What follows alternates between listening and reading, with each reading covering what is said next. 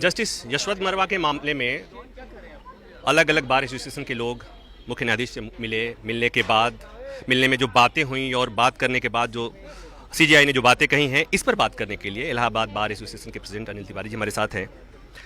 बातचीत जो हुई, बातचीत निकलने के बाद आपके चेहरे पर एक संतोष था। आप बताएंगे कि आपने क्या कहा और उधर से क्या आश्वासन सीजेआई ने दिया? कॉमन मैन की आवाज, जो एक आम आदमी है, कतार में आखिरी आदमी जो खड़ा न्याय मांग रहा है, उसकी आवाज आज सुप्रीम कोर्ट के सबसे ऊपर के जो सीढ़ी है वहां तक पहुंच गई है। पांचों मेंबर्स ऑफ ऑल 5 सीनियर जजेस were there along with 4 persons and 4 senior judges and chief justice.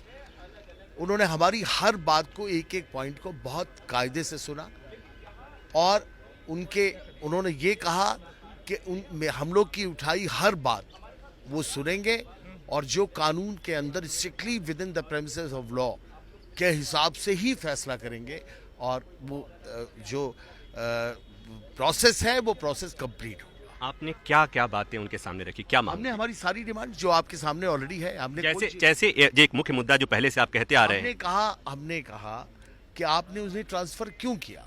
क्या दिल्ली हाई कोर्ट के लिए वो खराब है तो क्या इलाहाबाद हाई कोर्ट के लिए अच्छे हैं? क्यों ट्रांसफर किया?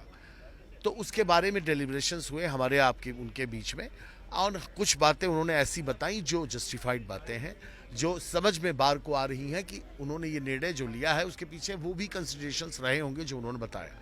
बहुत सारी चीज़ें ऐसी होती हैं जो पब्लिक डोमेन में नहीं बोलना चाहिए, मैं नहीं बोल रहा हूँ, लेकिन ओवरऑल जो उनका कमेंट था, उनका रिएक्शन था कॉलेजियम के सारे मेंबर्स का, they are ready to hear us, they are ready to consider our demand.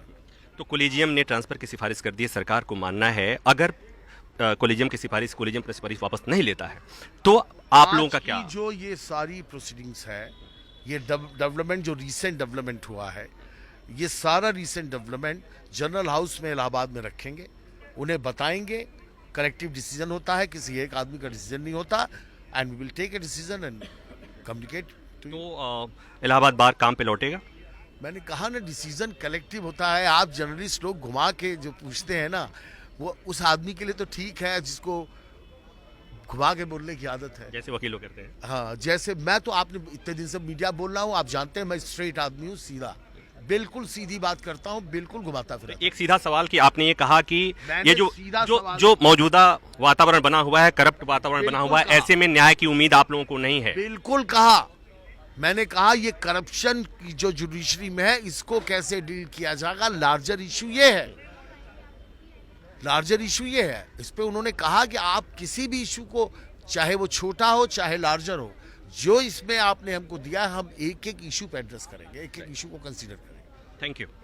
तो मुलाकात हो गई और मुलाकात में बार एसोसिएशन के लोगों की जो प्रतिक्रिया आ रही है उसके हिसाब से ऐसा लगता है कि इस मुलाकात से संतुष्ट हैं और तब इस बात की उम्मीद की जा सकती है कि इलाहाबाद बार एसोसिएशन इस मुलाकात के बाद अपने काम पर लौट आएगा।